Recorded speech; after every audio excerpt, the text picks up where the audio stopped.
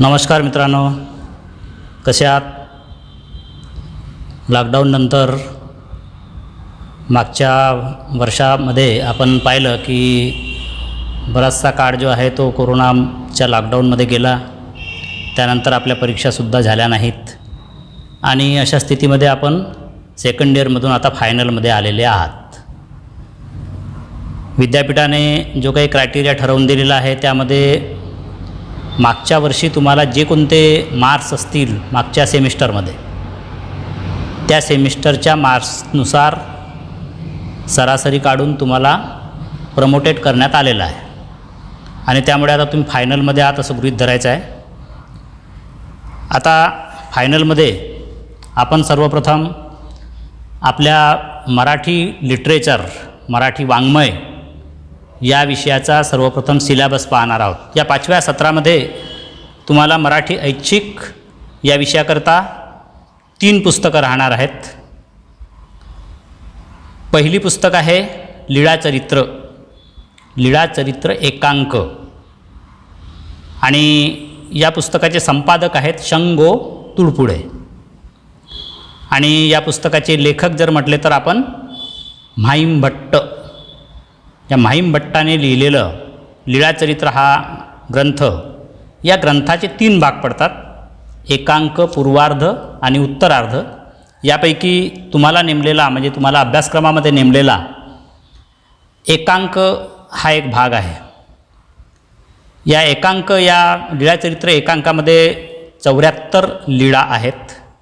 त्या संपूर्ण लीळा तुम्हाला अभ्यासक्रमामध्ये आहेत. त्यानंतर दुसरी पुस्तक आहे दलित साहित्य, वेदना आणि विद्रोह. या ग्रंथाचे लेखक आहेत भालचंद्र फडके. विद्या प्रकाशन, श्री विद्या प्रकाशन यांनी ही पुस्तक प्रकाशित केलेली आहे.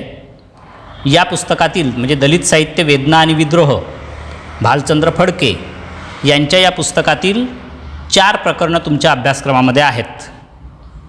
पहिलं प्रकरण दलित साहित्य म्हणजे काय, दुसरं प्रकरण दलितांच्या वेदनेचे आदिरूप, तिसरं प्रकरण दलितांच्या विद्रोहाचे आदिरूप, आणि चौथं प्रकरण दलित साहित्याचे स्वरूप. अशी 4 प्रकरणं तुम्हाला अभ्यासक्रमामध्ये आहेत. त्यानंतर तिसरं एक पुस्तक तुम्हाला अभ्यासक्रमामध्ये नेमलेलं आहे, ते म्हणजे भाषा विज्ञान परिचय. डॉक्टर संग मालशे, डॉक्टर दत्तात्रय पुंडे, डॉक्टर अंजली सोमन या तिघांनी मिळून लिहिलेली ही पुस्तक आहे भाषा विज्ञान परिचय. या पुस्तकातील 2 प्रकरणं, केवळ 2 प्रकरणं या सेमिस्टरला तुम्हाला राहणार आहेत. पहिलं प्रकरण आहे भाषेचं स्वरूप आणि उपयोग. हे जे प्रकरण आहे ते प्रकरण डॉक्टर अंजली सोमन यांनी लिहिलेलं आहे, भाषेचे स्वरूप आणि उपयोग. आणि दुसरं प्रकरण आहे स्वनविज्ञान, तेही डॉक्टर अंजली सोमन यांनीच लिहिलेलं प्रकरण आहे. तर अशा पद्धतीने लीळाचरित्र हा एक ग्रंथ, त्यानंतर दलित साहित्य, वेदना आणि विद्रोह हा दुसरा ग्रंथ, या दुसऱ्या ग्रंथातील 4 प्रकरणं, आणि भाषा विज्ञान परिचय या ग्रंथातील 2 प्रकरणं. असा हा तुम्हाला सिलॅबस, असा हा तुम्हाला अभ्यासक्रम राहणार आहे. लेखी परीक्षा तुमची 80 मार्काची होते आणि महाविद्यालयाकडून तुम्हाला 20 गुण दिले जातात. या 20 गुणांमध्ये तुम्हाला माहीत आहे की असाइनमेंट द्यावी लागते, उपस्थिती तुमची आवश्यक असते, तुमचा व्हायवा त्या ठिकाणी गृहीत धरला जातो, अन्य तुमचं जे काही वागणूक, वर्तणूक ही गृहीत धरली जाते, आणि त्यानुसार तुम्हाला अंतर्गत मूल्यमापन हे तुमचं केलं जाते. तर हे 20 गुण महाविद्यालयाकडे असतात आणि 80 गुणांची लेखी परीक्षा होते. आता ह्या लेखी परीक्षा जी आहे तिच्या प्रश्नपत्रिकेचं स्वरूप हे जे तुम्हाला फर्स्ट इयरला होतं, सेकंड इयरला होतं, अगदी त्याच पद्धतीने आता हे फायनलला, म्हणजे 5व्या सेमिस्टरलासुद्धा तशीच प्रश्नपत्रिका राहणार आहे. पण जसं आपले हे 3 ग्रंथ आहेत, या 3 ग्रंथांपैकी कोणत्या ग्रंथावर कोणता प्रश्न राहील तर पहिला प्रश्न जो आहे तो लीळाचरित्र या ग्रंथावर राहील. लीळाचरित्र एकांक या ग्रंथावर दीर्घोत्तरी प्रश्न राहील, याला 16 गुण असतील. त्यानंतर दलित साहित्य वेदना व विद्रोह यावर दुसरा प्रश्न राहील. पण पहिला प्रश्न जो असतो त्या पहिल्या प्रश्नाला सुद्धा पहिल्या प्रश्नामध्ये 2 प्रश्न असतात. एक सोडव हा पहिला सोडवा किंवा दुसरा सोडवा, कोणताही एक सोडवायचा आहे. 16 गुण असतील त्याच्यावर. आणि दुसरा प्रश्न जो आहे तो दलित साहित्य वेदना आणि विद्रोह याच्यावर सुद्धा 2 प्रश्न असतील. पहिला सोडवा किंवा दुसरा सोडवा, याला सुद्धा 16 गुण आहेत. त्यानंतर प्रश्न क्रमांक 3 हा संदर्भासहित स्पष्टीकरणावर प्रश्न राहील. आणि याच्यामध्ये 2 गट असतील, अ गट किंवा ब गट. एक तर अ गटावरचे पूर्ण प्रश्न सोडवायचे 4ही प्रश्न, किंवा मग ब गटातले पूर्ण प्रश्न सोडवायचे.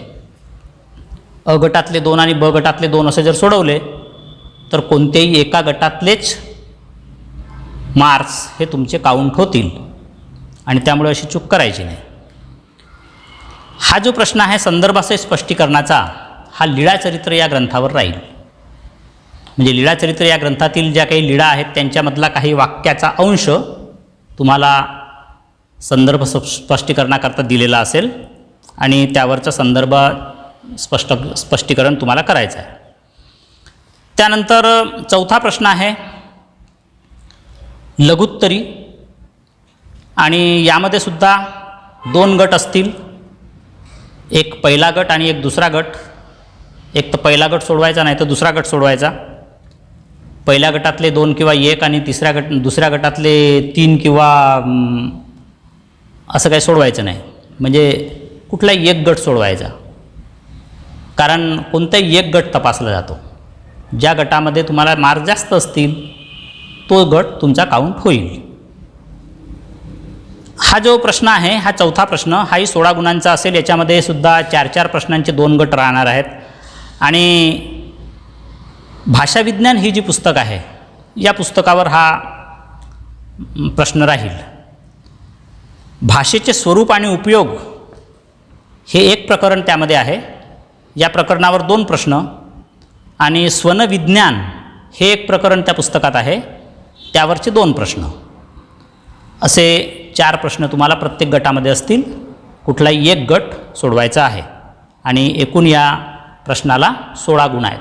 म्हणजे प्रत्येक प्रश्नाला 4-4 गुण आहेत.